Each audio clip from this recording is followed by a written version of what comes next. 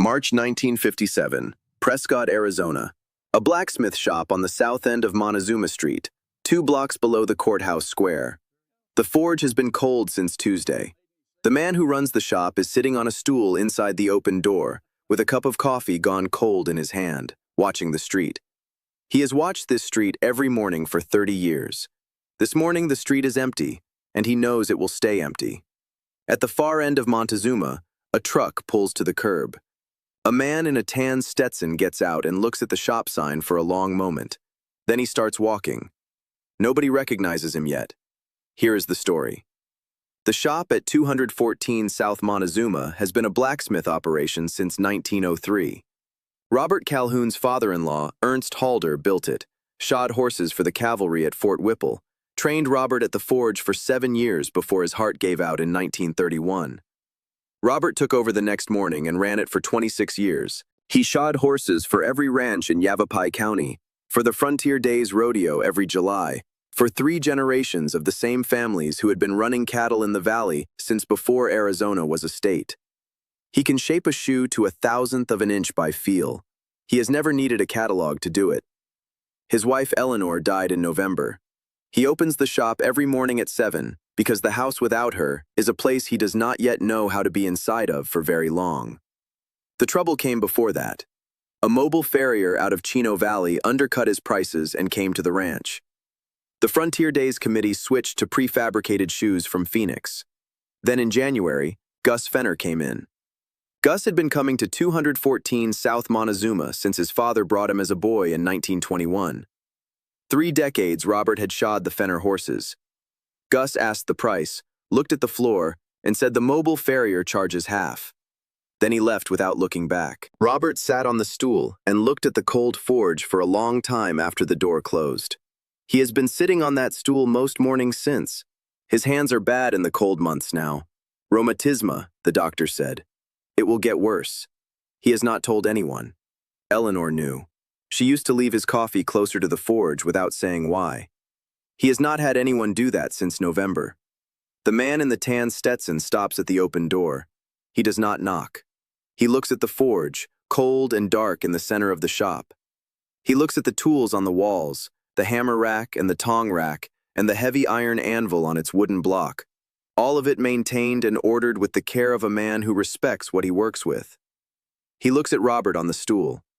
"You shoe horses." Robert looks at his hands around the cold cup. "Have for 30 years. The man comes inside. He puts his hand flat on the anvil, still and quiet, the way you touch something old that has done a great deal of work. He looks at the forge. "When did you last fire it?" 4 days. "What does it take?" Robert looks at the cold coffee. 20 minutes and good coal." He pauses. "And hands that cooperate." The man looks at Robert's hands on the cup. He does not say anything about them. He reaches into his jacket and takes out a folded piece of paper. He opens it and holds it out. 14 horses, custom fit every one. Notes beside each name. Weight, temperament, hoof issues. The handwriting is careful and exact. The handwriting of a man who has written up horses for a farrier before, and who knows what a farrier needs to know before he touches an animal. Robert takes the paper. He reads every name. He reads every note. 14 horses meant a week of solid work, maybe more if done properly. The forge lit every morning, coal and iron and the particular sound of hammer on anvil that has been the sound of his life since he was 22 years old. He looks up. "Why here? There are farriers closer to Encino." The man looks at the sign above the shop. Calhoun Blacksmith, a stamp 1903. He looks at it the way you look at something that tells you what you needed to know. "My grandfather was a blacksmith in Ohio," he says. "Had a shop like this one." He looks at Robert. A man who shoes horses by hand knows something that does not come out of a catalog. "I want that for my horses."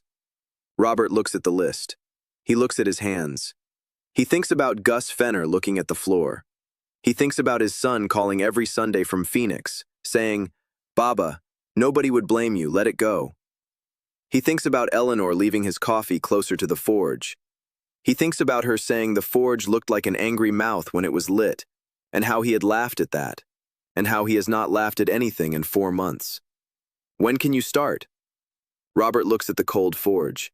He looks at the hammer rack. He looks at his hands on the list. Tomorrow morning. The man nods once. He turns and walks out onto Montezuma Street without hurrying. Robert watches him go. He looks down at the list in his hands. 14 names. He looks at the cold forge. He gets up from the stool for the first time since 6 in the morning. That evening, he loads the coal bin and checks the bellows and lays out the tools. His hands are stiff and slow, but he does all of it. When he is finished, he stands in the middle of the shop in the lantern light and looks at everything in its place. The hammer rack, the tong rack, the anvil Ernst brought from Germany on a ship in 1898. He turns the lantern down and goes home. He walks past Eleanor's chair in the sitting room without stopping. He makes supper and eats it, all of it, the first full meal he has finished since November. He does not think about why tonight is different. He goes to bed and does not sleep well, but that is nothing new. He is at the forge at 6:45. He holds a piece of kindling near the lantern flame until it catches, then sets it in the coal and works the bellows slowly. The fire comes up through the dark to orange to the white orange that means the iron is ready. He pulls the first blank from the rack and sets it in the fire and watches the color change, the way he has watched it change 10,000 mornings. Then he picks up the hammer. The first strike rings down Montezuma Street at 7 in the morning. The woman at the feed store across the street hears it and comes to her window. She has not heard it in 4 days. She stands there a moment. Then she goes and tells her husband. The man does not leave the commission and disappear. On the second morning, he comes by early, before the forge is fully up to temperature, and stands in the doorway watching Robert work the bellows. He does not come inside and does not speak. He watches the way a man watches a craftsman whose work he already trusts, the watching being a form of respect rather than inspection. Then he walks on. Robert does not look up from the fire, but he is aware of the watching, and it is not an uncomfortable thing. He has not had anyone watch him work with that kind of attention in a long time. The last person who watched him that way was Ernst Halder, standing over his shoulder in 1926, watching him shape his first shoe without guidance. Ernst had not said anything that morning either. He had just watched and then walked back to his own fire. Robert had understood. On the third morning, Robert finds himself listening for the boots on the boardwalk before 7. They come at 6:55. The man looks at the work on the anvil for a moment, and then looks at Robert and nods once, barely perceptibly, and walks on. It is a small thing. Robert works better the rest of that morning than he has worked in months. On the fourth morning, Robert's hands are the worst they have been all winter. He stands at the forge for 10 minutes with both hands open near the heat before the knuckles loosen enough to grip the tongs. He works through it the way he works through everything, by waiting and then proceeding. The man comes by that afternoon and looks at the 4 completed sets on the workbench. He picks up the shoe for the cutting horse, the one Robert spent the most time on, and holds it at different angles in the light, examining the weight and the shaping and the nail holes. He sets it down carefully without saying anything, but the way he sets it down says enough. On the 6th morning, there is a small paper bag on the stool just inside the shop door. Inside the bag is a jar of liniment for joint pain in working hands. There is no note. Robert sets the jar on the shelf above the forge. He uses it that evening and every morning after. He does not mention it when the man comes by. The man does not mention it either.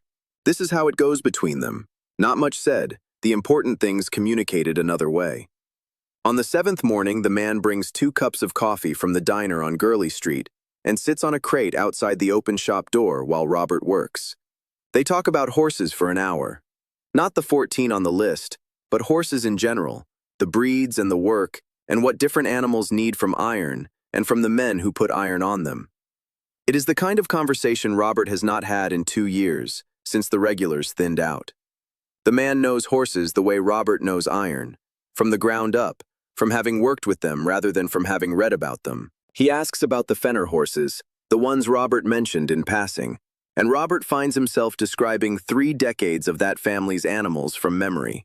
The mare in 1938 that needed the narrowest shoe he ever shaped. The draft horse in 1949 that had never been shod right until Robert got to him. He has not talked about the work like this since Eleanor used to ask him about it at supper. She had not known horses and had not pretended to, but she had asked good questions, and listen the way a person listens when they are genuinely interested in the answer. The man listens the same way. Where are you watching from? Drop your state in the comments. I want to see how far this story reaches.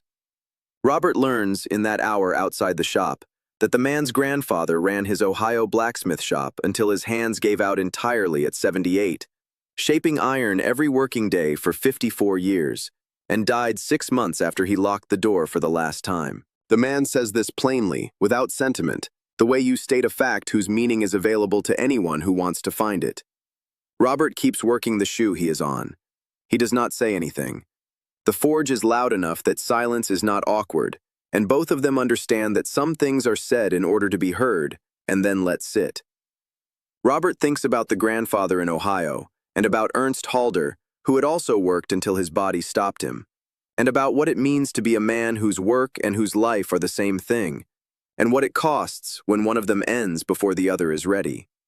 He thinks about it for the rest of that day, and the day after, and the day after that. On the 9th day, the man comes back to the finished work. He walks the full line of completed shoes on the workbench, 14 sets, each one slightly different, shaped for the specific horse that will wear it, weighted for the work that horse does. He picks up several and turns them in his hands the way he turned the single shoe on the 4th day, examining them with the same quiet attention. These are as good as anything I've seen. Robert wipes his hands on his apron. They're what the horses needed. The man pays what was quoted, every dollar, without discussion. Then he takes a small notebook from his shirt pocket, writes 3 names and addresses on a page, tears it out and hands it to Robert. Ranchers in the Prescott Valley. All 3 had been told Robert was coming. Robert looks at the 3 names. He knows all 3 ranches. He shod their horses for years before the thinning out, before Gus Fenner and the mobile farrier and the prefabricated shoes. He looks up. The man is at the door. "Mister, did your grandfather quit?" The man turns. He looks at Robert for a long moment. He does not answer. He looks at him with an expression that is not quite a smile and not quite anything else. Then he touches the brim of his Stetson and walks out onto Montezuma Street. Robert stands beside his anvil and understands that the silence was the answer. He stands there for a long time after the sound of the truck engine fades on Montezuma Street. He looks at the 14 completed sets on the workbench. He looks at the forge still warm from the day's work. He looks at the jar on the shelf above it. He looks at his hands, scarred and stiff, and still capable of the work they were built to do. He picks up the hammer. He sets it on its hook. He unties his apron and hangs it on its peg. He pulls the shop door closed behind him and walks home up Montezuma Street in the late afternoon light, with the 3 names in his shirt pocket. He finds out who the man was that afternoon when the feed store woman comes across the street and says the name. He is at the forge when she tells him. He sets the shoe back in the fire and keeps working. He calls his son on Sunday. His son asks how the shop is going. Robert tells him about the 14 horses and the 3 ranches. His son is quiet for a moment. Then he says, "I'll come up next month. We'll have supper." Robert says that would be good. Robert Calhoun shod horses at 214 South Montezuma for 11 more years. The 3 ranches became regulars again. 2 of them brought their neighbors. By the summer of 1957, the forge was lit every morning. His hands were bad on some mornings, and he held them near the fire until they loosened, and then he worked. He retired in 1968 at 72. His son drove up from Phoenix, and they locked the shop together in the afternoon. His son asked, "Any regrets?" Robert looked at the forge going cold for the last time. "March 1957, he said. After that, none. John Wayne never spoke of the shop on Montezuma Street to any reporter or writer whose name appeared in print. The liniment jar stayed on the shelf above the forge for 11 years. When Robert's son found it cleaning the shop in 1968 and asked what it was, Robert said it was something a customer left. His son put it back on the shelf. It is still there. The label has worn off from years of handling, but everyone who works the shop knows what it is and where it came from. The shop is still open. Robert's grandson runs it now. On the wall beside the anvil, there is a framed, handwritten list of 14 horse names, notes beside each one, the paper gone soft and brown from years of forge heat. Below the list, one line in Robert's handwriting, added the day he retired. The forge lit again, March 15th, 1957. Eleanor would have smiled. The afternoon light comes through the shop door every day and crosses the framed list on the wall and the jar on the shelf and the anvil that has not left this building since 1903. It stays for a while, then it moves on. Outside on Montezuma Street, the hammer still rings on working mornings, the same sound it has made since 1903, carrying down the block the way things carry that are built to last. If this story reached you, do me a favor, pass it on. Share it with someone who kept going when they had every reason to stop. There are more stories coming.